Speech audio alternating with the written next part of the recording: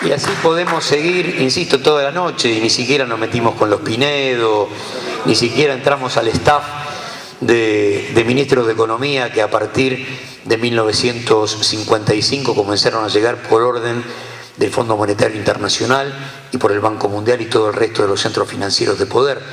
Tengan en cuenta que Argentina ingresa de la mano de la fusiladora al Fondo Monetario Internacional. No hay casualidades, en esto no hay casualidades. La Casa de Tucumán, miren qué dato por ahí tonto vamos a tirar.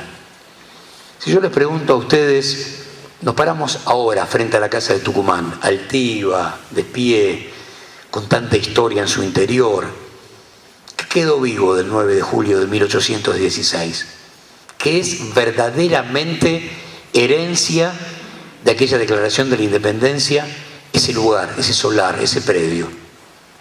Solamente el piso de la sala donde se juró la independencia argentina. El resto hubo que reconstruirlo. ¿Y por qué? Porque cuando 1852, batalla de Caseros y la oligarquía se hace cargo del poder, a nadie le interesaba la palabra patria, y mucho menos soberanía, y mucho menos independencia. Y la dejaron morir. Hay un daguerrotipo de 1860 y pico que uno va a ver dos mendigos y un perro en la puerta y la casa destrozándose. La dejaron morir, porque como eje simbólico molestaba. Ahí se había jurado la independencia, y no solo de España, porque después los muchachos unos días más tarde le agregan y de toda posible dominación extranjera. ¿Cuándo se puso de pie la casa? Cuando el peronismo fue a jurar allí la independencia económica. No hay casualidades. Todos estos ejes simbólicos responden a causalidades políticas. Por lo tanto, tenemos que seguirla muy de cerca para poder explicarlas, para poder contarlo, porque si no parece que la fotografía del presente es eterna con relación al pasado. Siempre existió, siempre pasó, como decíamos con el aguinaldo, las vacaciones pagas y todos los derechos laborales. Culturalmente, ¿de dónde venimos? Y seguramente, si vamos al siglo XIX, el Martín Fierro ocupará un lugarcito como Biblia Gaucha muy fuerte. En la vuelta del Martín Fierro, que es un libro que tiene 7 u 8 años de diferencia con relación al primero, ya estaban las estancias. Y Hernández ya es otro. Ya no sueña con ese gaucho de pampa ilimitada. Ya el tipo dice, y bueno, habrá que entender que nos han domesticado y vivir en consecuencia. De esa Biblia gaucha nace, obedezca al que obedece y será bueno el que manda. La pucha, ¿de qué estamos hablando? ¿De qué estamos hablando? Bueno, con esa arcilla se fue armando gran parte de esa argentinidad sin derechos. Así llegamos a esa séptima economía del mundo de finales del siglo XIX, principios del siglo XX, sin distribución de la riqueza y sin derechos. Séptima economía del mundo con un pueblo muerto de hambre. Por lo tanto, si lo ligamos al presente, vamos a poder entender que por ahí, el año que viene, alguien muestra alguna migaja de crecimiento. Por ahí un 2%, pero sin distribución de la riqueza no sirve para nada. Y eso es lo que tenemos que ir a discutir cuando estemos sentados con esta patronal que ya negocia el poder sin intermediarios, sin intermediación política, como lo hizo durante toda la vida. En el menemismo hubo momentos de crecimiento, sobre todo hasta la crisis del tequila. ¿Cómo terminó aquello? 24% de desocupación, 53% de argentinos debajo de la línea de pobreza, 180.000 millones de dólares de deuda externa y el aparato productivo destrozado por segunda vez en 25 años. La pucha. Es muy interesante lo que muestran las cifras, pero es mucho más interesante lo que ocultan. Por lo tanto, tenemos que meternos con profundidad detrás de cada dato que suena simpático. Nos pasó con el blanqueo. Porque esto va a hacer justicia con los jubilados. Los estafaron. Están pagando reparaciones históricas de 80, 90, 100 pesos. Pero se han abierto las puertas de un blanqueo que pretende no preguntarle a nadie cómo la hizo, cómo la multiplicó y de dónde la sacó. Y encima están enojados con los bancos, porque parece que algún banco dice, mira, por ahí dentro de 10 años alguien viene y hace alguna pregunta incómoda.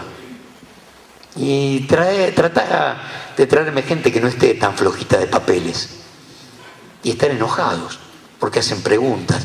Ellos, porque si ellos, la verdad, están enojados con los bancos, con los banqueros, no con los compañeros, la verdad es que están en problemas, los están corriendo por derecha sus históricos socios. ¿Qué está pasando? Bien.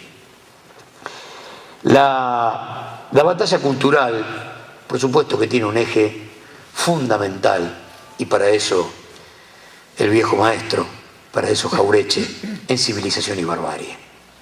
Todavía hoy estamos discutiéndola. Vivimos, y no tengo que decírselos a ustedes, habitantes de esta ciudad, ¿qué implica vivir sobre la base de que alguien entienda que hasta acá la civilización y allá la barbarie? Hay una frase del Colorado Ramos muy interesante. Algún día una vez le preguntaron, maestro, ¿dónde nació el antiperonismo? El antiperonismo nació en las peluquerías de Barrio Norte. ¿En las peluquerías de Barrio Norte? Sí. Cuando las dueñas de casa empezaron a ver que sus domésticas se cortaban el pelo en la misma peluquería, ahí nació el antiperonismo.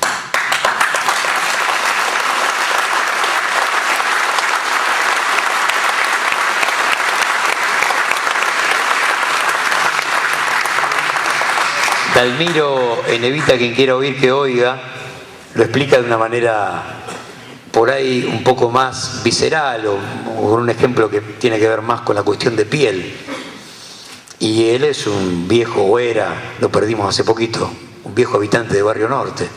Entonces él aparece apoyado en una pared y dice, yo era un pibe, pasé por esta pared y acá decía, viva el cáncer. Y entonces dije, yo ya sé de qué lado tengo que pararme. Estos tipos me la hicieron muy fácil. Yo sé que tengo que estar en la vereda de enfrente. Aquello del Colorado Ramos, de las peluquerías, tiene mucho que ver con un pasacalle que hace un par de meses se instaló en Avenida Libertador y Salguero, en pleno Palermo, en la ciudad de Buenos Aires.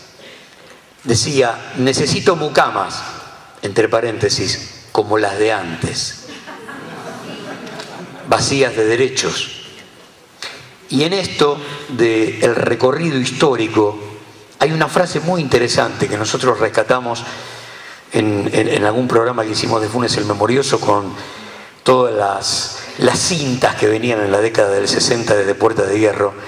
Y Perón, en más de una oportunidad, después de contar, de hacer un relato, estatización de los ferrocarriles, convertir en deudores a nuestros acreedores, era, y eso no te lo perdonan. ¿Cómo nos van a perdonar que el kirchnerismo haya generado en su última paritaria la creación de las paritarias de las empleadas domésticas? No te lo perdonan. ¿Cómo te van a perdonar la creación de las paritarias?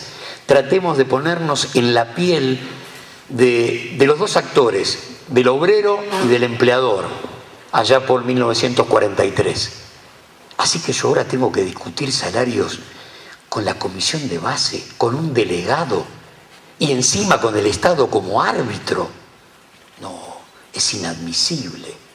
Así que resulta que ahora yo tengo que pagar indemnización. No, es inadmisible. La fortaleza de los sindicatos, volviendo a Perón, no te lo perdonan. En un discurso de 1951, en la Argentina se produce un congreso de delegados sindicales latinoamericanos. Y Perón intenta explicar el problema que se viene, que es una confrontación a brazo partido con la oligarquía. Y lo hace de esta manera. más o menos como nosotros explicamos el hecho de la batalla cultural con el gol de Grillo. Se quintuplicó el consumo de carne en la Argentina entre 1945 y 1951. Y termina la frase diciendo, eso no te lo perdonan. ¿Y por qué? Porque había menos para exportar. La mesa del argentino había agregado un ingrediente que le era privado por la falta de distribución de riqueza y falta de derechos, la carne. En el país de la carne, la mesa del argentino no tenía carne cotidianamente.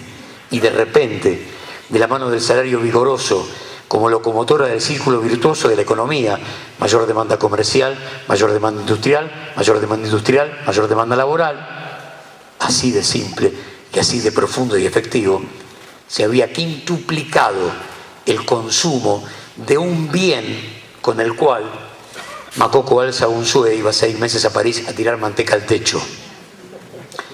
O los muchachos viajaban con la vaca atada para que los pibes de la oligarquía tuvieran leche fresca en el viaje que hacían una vez por año para pasar 6 meses en Europa, porque no sabían qué hacer con la guita de la Argentina exportable. Bueno, cuando se empezó a discutir qué hacíamos con esa porción de la torta, nos convertimos en enemigos. La torta no es infinita. La torta tiene una cantidad de porciones y nada más. Basta saber cómo se distribuyen esas porciones para entender si el país es justo o no. Por lo tanto, lo que se discute hoy es la distribución del ingreso. Se había logrado otra vez el soñado, añorado 50-50, ¿no? El 50 y 50. Bueno, ellos sueñan con un 70-30 como piso del futuro inmediato. Por lo tanto, hay que estar preparados para ir, volver a dar pelea y volver a recuperar ese derecho. Ahora, mirá de lo que estamos hablando, que el 50% lo tenga la masa obrera y el otro 50% lo tengan 20.000 familias. Y sin embargo no les alcanza. Hay una verdad de don Carlitos Marx que indica que el capital no es producción, es acumulación. Siempre es acumulación. Con una avaricia increíble, sobre todo de la mano del neoliberalismo.